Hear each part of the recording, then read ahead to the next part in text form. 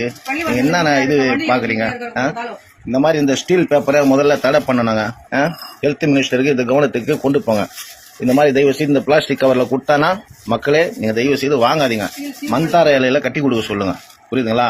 இந்த மாதிரி இந்த பாலித்தீனை யூஸ் பண்ணக்கூடாது. இது பாருங்க, உள்ள இருக்கிற பிரிஞ்சு வெளியே தெரியுது. அது வைக்கும் போது பேப்பர் இந்த மாதிரி ஸ்டீல் மாதிரி இருந்தது.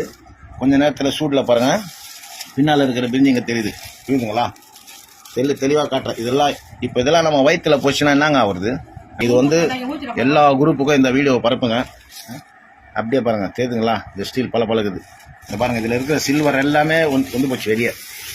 இப்போ நான் இவ்வளவு நேரம் சாப்பிட்டுருக்கேன். இது என் வயிற்றிலும் போயிருக்குது. புரியுதுங்களா?